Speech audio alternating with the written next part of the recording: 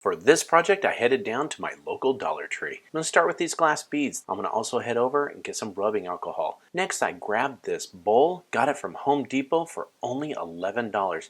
It has a cork in the bottom, so you're going to want to make sure you plug it up. I'm going to grab some sand, start putting it in the bottom. The reason we're using sand is as a great insulator. Not as many rocks or anything. When you get your bowl and you place it in the sand, you're gonna kind of be level with the top. Now this metal bowl is where the flame's gonna go. So we wanna make sure that fits in there. Let's go ahead and start putting some more sand in. That's gonna give this bowl a little bit of a base so that it holds it in place. The next thing we're gonna do is just level it out.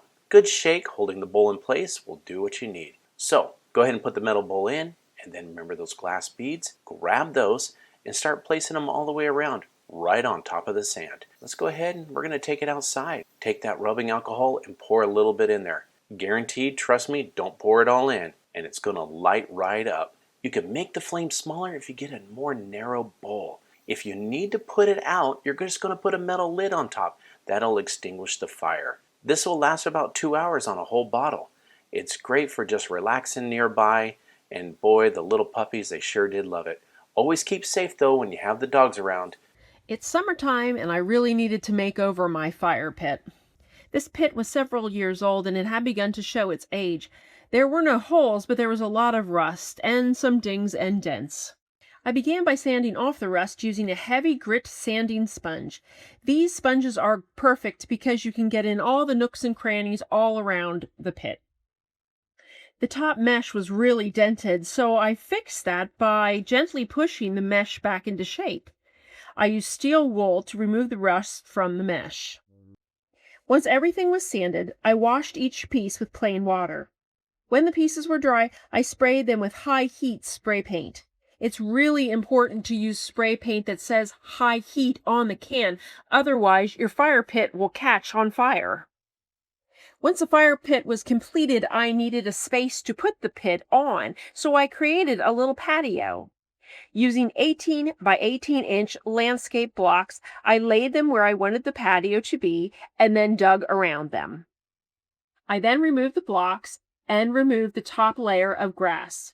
The patio was on a little slope, so I had to dig it out to make it even. Once the ground was dug out, I added a layer of stone. I raked it even and then tamped it down and made sure everything was level. Once everything was level, I laid the blocks back on top. I continued to check for level after each block was laid, and I added stone under the block if necessary. To finish the patio, I used decorative stone around the edge, which I had left over from another project. Now the pit was ready for some summer fun, which of course means s'mores. I hope this inspires you to create a little space outside your home where you can enjoy being outside all summer long. Run on over to the dollar store and grab one of these hanging planters for this awesome DIY. You could leave the flower pot as is, but I wanted to change the color of it, so I used Rust-Oleum spray paint in the color of cement. While that was drying, I went and grabbed my tiki torch and I filled it with the tiki torch fluid. I placed small rocks around the tiki torch in the base, so I added some large rocks to the very top surrounding the tiki torch. We love sitting by this fire by day or at night, and we love that it keeps the bugs away. And I hope this inspires you to make a fire pit of your own. I've got this sad area in my backyard that I really want to spruce up. And because of water restrictions, there's not much I can do about growing lawn. First thing I want to do, the area leveled out. Once I use that level and a board to make sure it's level as possible, I'm going to set out a base of reclaimed bricks that I had from my side yard.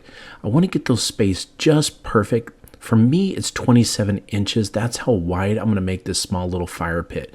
Now, the reason I'm using the bricks is it makes a great base. Easier to clean out the ashes than just using regular ground. Once I get all the bricks out, I'm going to use sand as a filler. A lot of people don't realize that sand is not only a good filler, but also a good insulator. So I'm going to put some sand down, rub it out, and make sure that it fills in all the cracks.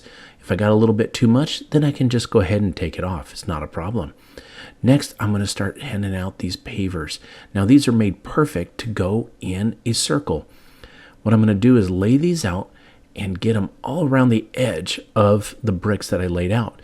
What I want to do is space them, but also leave some room because I may have to make some adjustments while I'm laying them out to get that perfect circle. On the next row, we don't want to lay the seams on top of each other. You're going to go ahead and mix it up and put the seams right over the next layer. On something like this, we're going to finish up the second row. Again, spacing as we go. Sometimes you have to make adjustments. But this fire pit with its size, 3 rows is going to be perfect. So we're going to get those all put together and mixed up.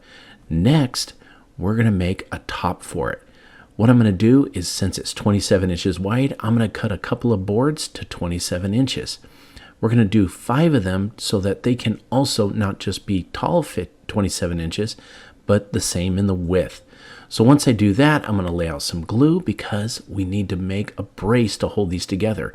Now, as I've said in previous videos, glue is stronger than nails. So I'm going to lay this glue all the way out, and then I'm going to lay my boards across. What I want to do is, instead of clamping though, I'm going to put these across, and then I'm going to use my nail gun just to put some nails in to hold it in place. Doesn't take much. I'm just going to put 1 for each board. That glue will set up in about an hour, and it's going to be strong. So once I get that set up, I'm going to take it and flip it over. Next I want to do is take and find the middle of the board, mark it, and then I'm going to put a small nail in there. Once I got the middle all figured out, I'm going to set my tape measure at 13.5 inches, which is half of 27. I don't need a string or anything like that. I can just set that tape measure right there and use it to mark around the edge. Once we get our circle all figured out and marked, it's not going to be that hard to cut it out. Now, the best tool for doing this is going to be a jigsaw. This jigsaw is perfect as long as you get the blade just right, and I propped up the board. That way I don't, of course, cut through my table. I'm going to take this jigsaw all the way around the edge, and it's going to just make a nice, great circle as long as I stick to the lines. Once I got it cut it out, let's go ahead and get it sanded down, and I'm going to need some handles. So I'm going to mark and drill, and I'm going to put some just inexpensive handles that I got from the hardware store on each end. Now, once I got that all done, I'm going to go ahead and test fit it on top of the fire pit, and that makes it great. So when the fire pit's not being used, watch this. It's going to be perfect for having dinner or just having something to sit around and have a campfire. Now, we got their s'mores set out, so guess what? It's time to go ahead and get the campfire going, and it just makes for a wonderful, great afternoon. Now, fire's a little bit too high here, but we're going to set it down, get the family to come around, sing some songs, and just have a wonderful time. I hope this inspired you to build your own DIY fire pit with tabletop. Thank you for watching Home Talk, and we'll catch you next time.